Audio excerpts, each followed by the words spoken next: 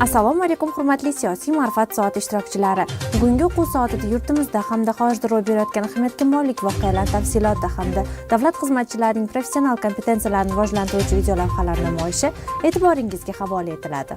Prezident Shavkat Mirziyoyev raisligida Markaziy Osiyo davlatlari rahbarlarining navbatdagi maslahat uchrashuvi bo'lib o'tdi. O'zbekiston va Turkmaniston prezidentlari tor doirada hamda kengaytirilgan tarkibda muzokara o'tkazdilar. Davlat rahbarlari O'zbekiston Turkmaniston chegaraoldi savdo zonasi ishga tushirilishida qatnashdilar. Davlatimiz rahbari paxtachilikda samaradorlikni ilg'or tajriba va texnologiyalar asosida oshirish, qishloq xo'jaligini moliyaviy qo'llab-quvvatlash bo'yicha takliflar taqdimoti bilan tanishdi. O'zbekiston Respublikasi Prezidenti Shavkat Mirziyoyev Osiyo taraqqiyot banki prezidenti Masato Kanda boshchiligidagi delegatsiyani qabul qildi. Davlatimiz rahbariga tashqi mehnat migratsiyasi tizimini takomillashtirish va migratsiya jarayonlarini xalqaro standartlar asosida yo'lga qo'yish masalalari yuzasidan axborot berildi. Prezident Shavkat Mirziyoyev ko'mir qazib chiqarishda erishilgan natijalar va kelgusi vazifalar yuzasidan taqdimot bilan tanishdi. Prezident Shavkat Mirziyoyev raisligida kambag'allikni qisqartirish hamda aholi bandligini ta'minlash borasidagi ishlar sarhisobi va kelgusi yil uchun ustuvor vazifalar yuzasidan videoselektor yig'ilishi bo'lib o'tdi. Salohiyatli, tashabbuskor va yetakchilik ko'nikmalariga ega bo'lgan kadrlarni aniqlash, ularni rag'batlantirish hamda malakasini oshirish maqsadida istiqbolli davlat xizmatchisi 2025 tanlovi o'tkazildi. Hurmatli tinglovchilar, endi navbat xorij sodir bo'layotgan voqealar tafsilotiga. Qozog'iston prezidenti Qosim-Jomart To'qayev sun'iy intellekt sohasini tartibga solish to'g'risidagi qonunni imzoladi. AQSh Qozog'istonni neft eksportida muhim ahamiyatga ega Kaspiy Qo'r konsorsiumidan, shuningdek, Tengiz va Qora Chaqanoq qonlaridan sanksiyalarni bekor qildi va ushbu loyihalar bo'yicha operatsiyalarga qayta ruxsat berdi. Xitoy Xalq banki o'zining raqamli transchegaraviy hisob-kitob tizimini Janubiy-Sharqiy Osiyo davlatlari assotsiatsiyasining 10 ta a'zo davlati va Yaqin Sharqning 6 ta davlati bilan to'liq integratsiyalashganini e'lon qildi. Bu qadam global savdoning qariyb 38%ni AQSh dollari tomonidan boshqariladigan SWIFT tizimini chetlab o'tib, to'g'ridan-to'g'ri raqamli yuanda amalga oshirish imkonini beradi. AQSh prezidenti Donald Tramp Saudiya Arabistonni AQShning NATOdan tashqaridagi asosiy ittifoqchisi deb e'lon qildi. Uchrashuvda fuqarolik yadro energetikasi bo'yicha milliardlab dollarlik memorandum imzolandi. Bu esa Amerika kompaniyalariga Saudiya Arabistonidagi yadro obyektlarini qurish va ekspluatatsiya qilishda ishtirok etish imkonini beradi. 2026-yilgi iqlim o'zgarishi bo'yicha samaradorlik indeksi 63 davlat va Yevropa ittifoqining iqlim o'zgarishini muhofaza qilish bo'yicha amaliy ishlarini baholadi. Indeks 4 yo'nalishga asoslanadi: gaz chiqindilari, qayta tiklanuvchi energiya, energiya iste'moli va iqlim siyosati. Hech qaysi bir davlat barcha toifalarda yuqori natijaga erishmagani uchun reytingning birinchi 3 o'rni bo'sh qoldi. Eng yaxshi ko'rsatkichga ega davlat Daniya deb e'lon qilindi. Rossiya, AQSh va Saudiya Arabistoni eng past o'rinlarni egalladi. Hisobotda aytilishicha, gazdan haddan tashqari ko'p foydalanish, energiya samaradorligi dasturlarining sekinligi va qayta tiklanuvchi energiya loyihalarining yetarli darajada e'tibor berilmayotganligi ko'plab davlatlar natijasini pasaytirgan. Respublika Ma'naviyat va ma'rifat markazi boshqa qator hamkor tashkilotlar bilan birgalikda bir bayroq ostida Respublika bayroq estafetasini o'tkazdi. Mazkur ma'naviy ahamiyat kasb etuvchi tadbir Bir vatan, bir el, bir bayroq shiori ostida tashkil etildi. Umummilliy tashabbus joriy yil 4-18 noyabr kunlari respublika miqyosida o'tkazildi. Bugun har bir o'zbekistonlik yurtimiz ramzi bo'lgan bayroqni yuksak ko'tarmoqda. Chunki bayroq mustaqilligimiz, tinchligimiz va kelajagimiz ramzidir. Barchangizni xonadoningizga, tashkilot va korxonalar binolariga muqaddas davlat bayrog'imizni o'rnatishga chorlaymiz. Vatan muqaddas, bayrog'imiz g'ururimiz. Aziz yurtdoshlar, har bir xonadonda, har bir ko'chalarda bayrog'imiz iftixor bilan hilpirasin. Estafeta davomida bayrog'imiz mamlakatning barcha hududlarini qamrab olgan holda 3 asosiy yo'nalish bo'yicha poytaxtga yetib keldi. Birinchi, g'arbiy yo'nalish Qoraqalpog'iston Respublikasidan boshlab Xorazm, Buxoro, Navoiy, Jizzax, Sirdaryo va Toshkent viloyatlari orqali. Janubiy yo'nalish Surxondaryo viloyatidan boshlab Qashqadaryo, Samarqand, Jizzax, Sirdaryo va Toshkent viloyatlari orqali. Sharqiy yo'nalish esa Andijon viloyatidan boshlanib, Namangan, Farg'ona va Toshkent viloyatlari orqali poytaxtimizga yetib keldi. Ayni daqiqalarda O'zbekiston Respublikasining davlat bayrog'i muhtasham Bunyodkor stadioniga tantanali ravishda kirib kelmoqda. Biz esa jarayonlarni kuzatamiz.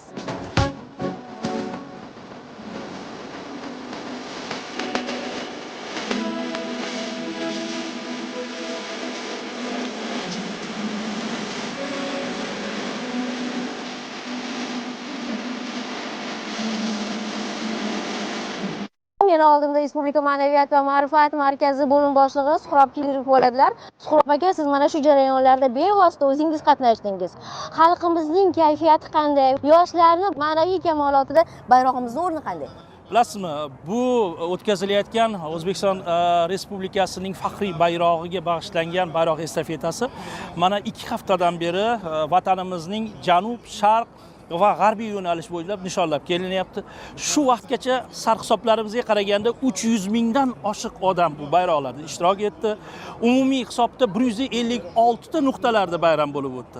Har bir tumanda, har bir mahallalarda bayram shukuhi juda ko'tarinki kayfiyatda bo'lyapti. Bu bayroq Respublika bayrog'i birinchi o'rinda xalqni jipslashtiryapti. Yangi milliy ruhiyat olib kelyapti. Bilasizmi, qayerlardan bayroq o'tyapti? Qayerda yangi O'zbekistonning shukuhi kelayotgan bo'lsa, qayerda ziyolilar bor bo'lsa, qayerda katta sanoat korxonalari qurilgan bo'lsa, qayerda obodonlashtirishlar go'zal holatda bo'lsa, hammasi ko'rilyapti. G'arb yo'nalishidagi bayroq salkam 1,5 ming kilometr masofani bosib o'tib, Toshkent viloyatidan demak Toshkent shahriga, Chilonzor tumaniga kirib keldi. Mana bolajonlarning bir ko'zlarida faxr va iftixor tuyg'ularini ko'rishimiz mumkin. Aslida mana shu estafetani o'tkazishdan ko'zlangan asosiy maqsad ham shu edi. Shunday. Biz bir bayroq ostida nafaqat 7 yoshdan 70 yoshgacha butun o'zbekistonliklarni birlashtirishni reja qilganmiz. Bu niyatlarimiz amalga oshdi deb o'ylaymiz. Yana bir qiziq ma'lumot bor. Qarang, bayroq estafetasini biz yo'nalishini chizganimizda ayrim bir tumanlarimiz bu liniyaga tushmagan edi. Buni sababi bor, tarixiy nuqtai nazardan, markazga yaqin uzoqlik nuqtai nazardan ular xafa bo'lishdi. Rahbariyati chiqib, ayni damda hozir ijtimoiy tarmoqlarda, ommaviy axborot vositalarida kuzatsangiz bo'ladi, u yerlarda ham o'zlarining estafetalar tashkil etyapti. Bu haqiqatda ham bir g'oya ostida birlashtirgan bayroqni asosiy belgisi sifatida namoyon bo'lyapti. Va aytish mumkinki, bu ezgu tashabbus o'z ijobatini topib ulgurdi, shunday emasmi?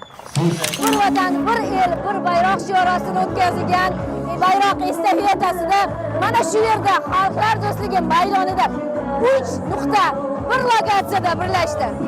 Va bu tutashuv bayram tadbiriga ulanib ketdi. Shiorimiz bugun bir vatan, bir el, bir bayroq ostida butun xalqimiz birlashyapti.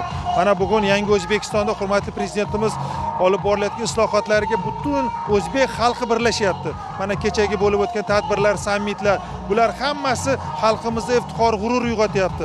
Va o'ylaymanki, bunday tadbirlar yanada xalqimizni birlashtirishga, bugun yangi O'zbekistonda islohotlar hamohang bo'lishga xizmat qiladi. Biz uchun hamma narsa bayrog'imiz. Bolalarimizning kelajagi, tinchligi. Xalqlar do'stligi maydoni chinakam bayram og'ushiga cho'mdi. Osmonda suzgan bayroq shaklidagi dronlar deysizmi va yo taniqli san'atkorlarning konsert dasturlari ma'naviy ma'rifiy tadbirga hamohang edi. Vatan uchun, millat uchun, xalq uchun, ming boshqur osoyishta baxt uchun, keng olamga yo'l uzatgan bo'stonim, birlashaylik dili do'sti jahonim. Harbiylarning chiqishlari ham barchaga birdek manzur bo'ldi. Mehmonlar orasida qo'shni mamlakatlardan kelgan do'stlarimiz ham bor edi. Qirg'izistondan kelib O'zbekistonda bayroq bayramiga kelib tomosha qilib o'tiribmiz. Rahmat shu prezidentlarimizga, mana Shavkat Miromonovga, bizning prezidentimizga shunchalik yo'llarni ochib, mana bemalol mana kelib biz Toshkentga kelib yaxshi mehmon bo'lib, yaxshi dam olib o'tiribmiz mana. Barcha O'zbekiston xalqiga shu bayram bilan tabriklayman. Shu qardoshligimiz uzilmasin. Vatanning yorqin timsolidir bayrog'imiz. Shunday ekan, sarbaland qaddimiz va qadrimiz timsolini hamisha e'zozlaylik va boshimiz uzra baland ko'taraylik. Tong sahar soat 6 ga yaqinlashmoqda. Vokzal gavjum va biz tez yurar poyezdga chiqdik. Assalomu alaykum. Assalomu alaykum. 3-joy 10 qo'ygan. Marhamat. Rahmat. Poyezdda yurish doim qiziq. Kimdir kitob o'qiyapti, yana kimdir musiqa tinglamoqda. Xullas, yo'lda zerikmaslik uchun hamma sevimli mashg'uloti bilan band. Biz esa Ko'hna Kentga yetib olgunimizcha prezidentimiz tashabbusi bilan mahalla tizimida amalga oshirilayotgan islohotlarni Samarqand viloyati misolida tahlil qilib boramiz. Samarqand viloyatida yil yakunigacha kambag'allik darajasini 6,5% ga qisqartirish rejalashtirilgan. Hududda yil avvalida 67966 nafar ishsiz fuqaro ro'yxatga olingan edi. Yanvar-oktyabr oyi davomida ularning 60128 nafari yoki 88.1% ning bandiga ta'minlandi. Rekord natija 10 oy davomida 218 ta mahalla ishsizlikdan xoli hududga aylandi. Yil boshida 98420 ta ehtiyojmand oila aniqlanib, kambag'allik darajasi 10.5% dan tashkil etgan. Joriy yilning o'tgan davrida amalga oshirilgan ishlar natijasida kambag'allik darajasi 7.6% ga tushishiga erishildi. Hurmatli yo'lovchilar, yuqori tezyurar Afrosiyo 778. Biz bor yo'g'i 2 soatda Samarqandga yetib keldik. Va har gal mana shu ko'hna kentga kelganimizda prezidentimizning mahallalarda amalga oshirayotgan islohotlarini har bir yurtdoshimiz o'z hayoti misolida his qilayotganligini ko'ramiz. Joriy yilning o'tgan davrida Samarqand viloyatida 35 ta mahallada yangi binolar qurib foydalanishga topshirildi. 837 tasi joriy ta'mirlandi. Samarqand viloyati markazidan 30 kilometr uzoqlikdagi Pastarg'om tumanining chiroyli mahallalaridan biridamiz. Ilm mahallasi. Bugun mahallada katta bayram. Mahalladagilar 34 yil deganda ilk bor o'zining binosiga, ya'ni mahalla binosiga ega bo'ldi. Ko'rib turganingiz mana bu binoning birinchi qavatida mahalla yettiligi faoliyati uchun barcha imkoniyat, sharoitlar yetarli darajada yaratilgan. Ikkinchi qavatda esa yoshlar uchun o'quv markazi tashkil etilishi rejalashtirilmoqda va bu odamlarni, mahalladagilarni mahalla tizimiga bo'lgan ishonchini yanada mustahkamlayapti. Ortga qaytmas islohotlarning ramziga aylandi. Bir vaqtlar shu mahallamiz anchagina eskirgan, endi talabga javob bermaydigan darajada edi. Bir xonada tiqilishib ketardikda. Bugun juda xursandmiz. Prezidentimizga rahmat. Sulfiga butak qadimiy mahallalardan 600 yil oldin tashkil etilgan deydi biz bilan suhbatda nuroniylar. Bu yerda o'zbek-tojik do'stligining yorqin namunasini ko'rasiz. Aholining ko'pchiligini qardosh xalqimiz vakillari tashkil etadi. Yangi mahalla binosining ochilishi hududda katta bayramga aylanib ketdi. Bu bino mahallaga nafaqat quvonch, shodlik ulashdi, balki shijoat ham berdi. Mahalla yettiligi ko'magida tadbirkorlik sohalarini kengaytirish rejalashtirilmoqda. Urgutliklar ham bugun mahallalarda infratuzilma bilan bog'liq muammolar hal bo'layotganidan bag'oyatda mamnun. Eng asosiysi odamlar bugun yaxshi yashashga intilmoqda. Davlatning daldasi xonadonlar farovonligiga zamin bo'lyapti. Qaysi qishloqqa borsangiz, обязательно obodonchilikdan chiqasiz. Birov nima ekib yapti, birov yo'l qilyapti, birov bir astronomga qurayapti. U xolos kalom tinib tinchmas Urgut xalqi. Mahallalar ham chiroyli asfalt. Mahalla albatta, mahallalarni borib ko'rsangiz havas qildik. Umuman 2025-yilga qadar Samarqand viloyatida qiymati 1 milliard 631 million dollarlik 834 ta loyiha amalga oshiriladi. 23300 ta yangi ish o'rni tashkil etiladi. Yil yakuni bilan 393600 nafar aholi bandligi ta'minlanib, ishsizlik darajasi 5.1% ga, kambag'allik darajasi 6.5% ga qisqartiriladi. Hududda bo'y ko'rsatayotgan islohotlar shabadasini bugun har bir manzilda his qilasiz. Natija yaqqol. Odamlar turmushidan rozi, dilida shukrona bilan yashamoqda. Davlatimiz rahbari boshchiligida amalga oshirilayotgan ortga qaytmas islohotlardan ko'zlangan asosiy maqsad ham shu aslida.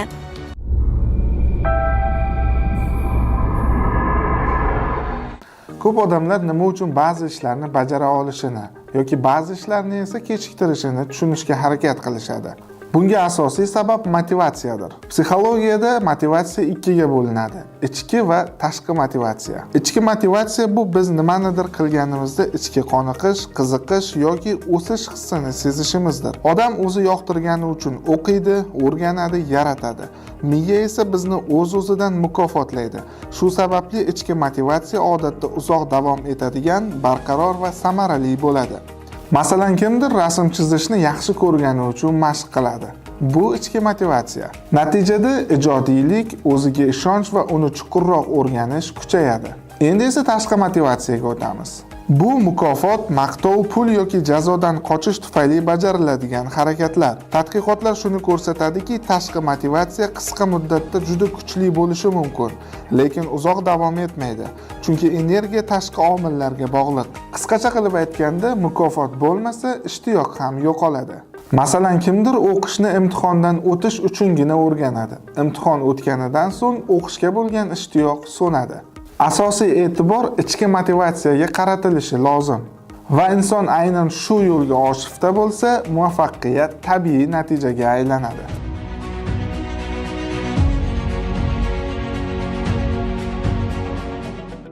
Ish beruvchi xodimning telefoni yoki shaxsiy ma'lumotlarini nazorat qilish huquqiga egami? Nafaqat ish beruvchi, balki hech bir shaxs boshqa bir shaxsni yoki xodimni shaxsiy bo'lgan telefon vositalarini yoki o'ziga tegishli bo'lgan boshqa bir vositalar, masalan, shaxsiy kompyuterini titish va ulardagi shaxsiy bo'lgan xodim uchun tegishli bo'lgan ma'lumotlarni ko'zdan kechirish va ularni kuzatish huquqiga ega emas.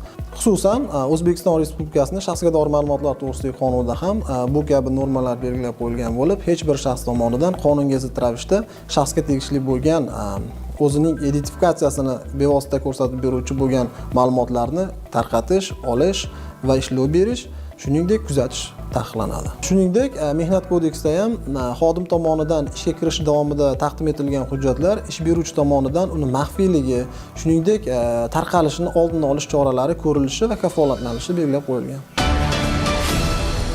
Bugun Jadid gazetasi o'quvchilarini nashrning 47-sonida berilgan ayrim maqolalar bilan tanishtiramiz. Gazetaning bu galgi sonida ijodkor Ahmadjon Meliboyevning maqolasi berilgan. Unda insoniyatning beqiyos xazinasi, buyuk ixtirolaridan biri kitobning qudrati haqida hikoya qilinadi. O'tgan kunlarni birinchi marta o'smirligimda o'qiganman. Endi esa ichki bir ehtiyoj bilan bu asarga yana va yana murojaat qilaman. Asar qahramonlari Otabek, Kumush, Zaynab bundan 60 yil avval mening tasavvurimda jonlangan qahramonlardan jiddiy farq qiladi. O'quvchi bilan birga ular ham ulg'ayib borayotgandi. Shunday ekan, yaxshi kitoblarni bir marta o'qish bilan kifoyalanish kerak emas. Uning mo'jizaligi shundaki, har gal o'qiganingda u senga ma'no xazinasining yangi qatlarini ochaveradi. Darhaqiqat, shunday kitoblar borki, inson qalbini yoritadi. Ular seni ohangraboday o'ziga tortadi. Umring yo'llarida beminnat hamrohingga aylanadi. Qayta o'qiysan. O'qiganing sari aql-u shuuring to'lishib boradi va bu jarayon hech qachon nihoyasiga yetmaydi. Bir vaqtlar kitobshunos olimlardan biri chuqur ma'noli yillar, asrlar o'tsa-da, ahamiyatini yo'qotmaydigan kitoblarning kamligi ofat deb aytgan ekan.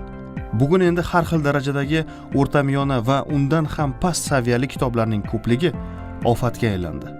Yupanch shundaki, ularni fahm bilan tanlab o'qish imkoniyatimiz bor. Shuningdek, gazetada Yaponiyaning Toho Service aksiyadorlik kompaniyasi bosh direktori, kunchiqar mamlakatda faoliyat olib borayotgan millatdoshimiz Bahodir Iskandarov bilan tayyorlangan Nega Yapon 100 yil yasharu nomli suhbat berilgan. Ayni maqolada millat kelajagi bo'lgan yoshlarimiz faqat va faqat bilim olish kerakligi, farzandlarimizni millatni sevishga, ularni yuragida qadriyatlarimizni himoya qilish hissini oshirish xususida so'z boradi.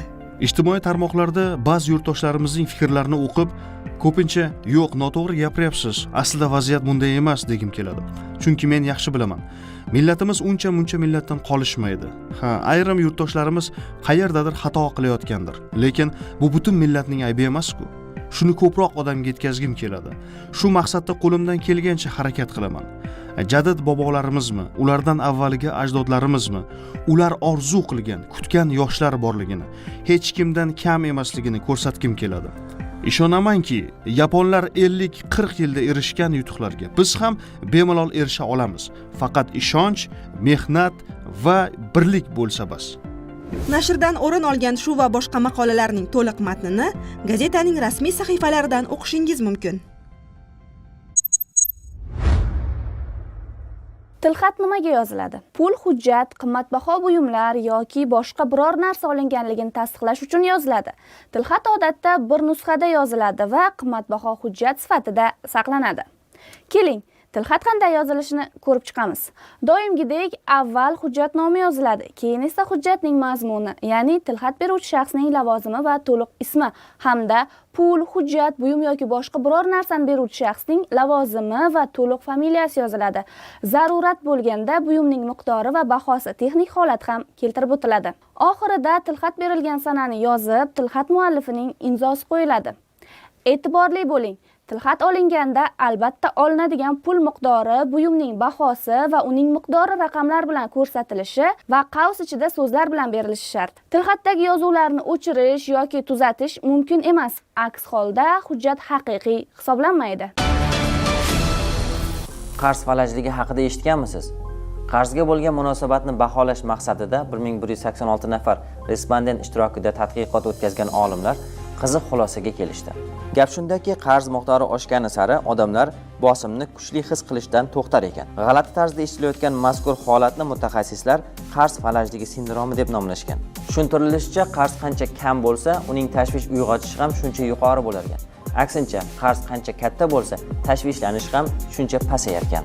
Masalan, amerikaliklar orasida $75,000 atrofidagi qarz eng yuqori darajadagi stressni keltirib chiqaradi. $500,000 oshgan qarz esa ularni unchalik xavotirga solmaydi. Ya'ni $500,000 qarzi bor odam $5,000 qarz olgan odamdan ko'ra kamroq stressga tushar ekan. Tadqiqotchilar buni shunday izohlaydi. Odamlar kichikroq qarzni o'z vaqtida to'lash mumkin deb o'ylaydi. Shuning uchun unga jiddiyroq munosabatda bo'ladi. Juda katta qarz esa baribir uni qaytarib bo'lmaydi degan fikrni uyg'otadi. Biroq bundan demak kattaroq qarz olish kerak ekanda degan xulosa yasamaslik kerak. Sababi kichkina qarz tashvishni uyg'otsa, katta qarz befarqlikni shakllantiradi.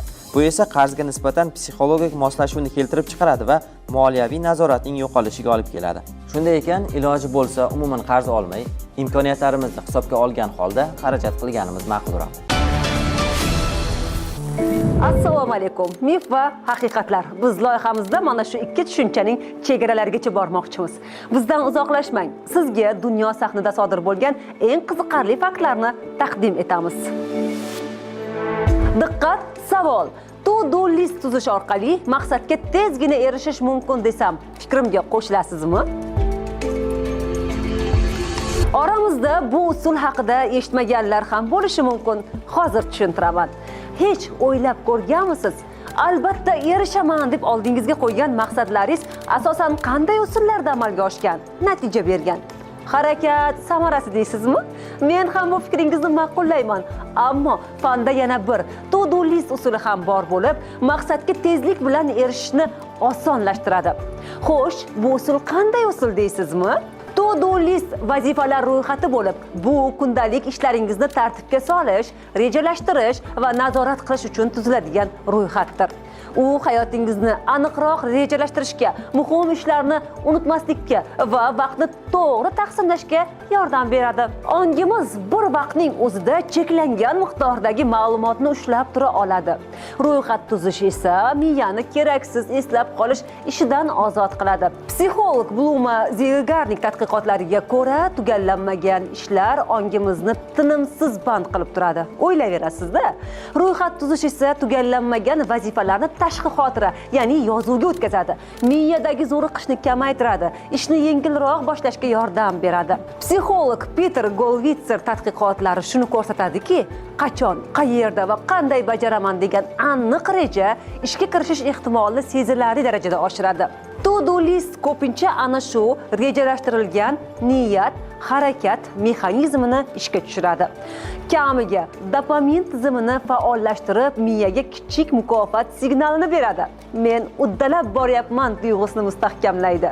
Shu sababli to-do list bu shunchaki tartib emas, balki ilmiy asoslangan kuchli produktiv vositalardandir. Mazkur usulning samaradorligi haqida Brian Tracy o'zining Samaradorlikning 21 usuli nomli kitobida ham alohida e'tirof etmoqda. Mazkur qo'llanmaning 4-qoidasida shunday deyilgan: maqsadingizga yetish uchun bajarishingiz lozim bo'lgan ishlar ro'yxatida tuzing. Yangi mashg'ulotlar haqida o'ylasangiz, ularni ro'yxatingizga qo'shing. Ro'yxat to'liq bo'lmaguncha uni takomillashtirishda davom eting. Bu ro'yxat sizga kattaroq vazifa yoki rejaning tiniq tasvirini ko'rsatadi. U qadam tashlash uchun yo'lak vazifasini bajaradi. Siz niyatingizni aniqlashtirsangiz va rejadagidek ketayotganingiz bois bu yo'l maqsadga erishish ehtimolini oshiradi. Do'stlar, bizda hozircha shular. Yana sara ma'lumotlar bilan qayta ko'rishguncha xayr.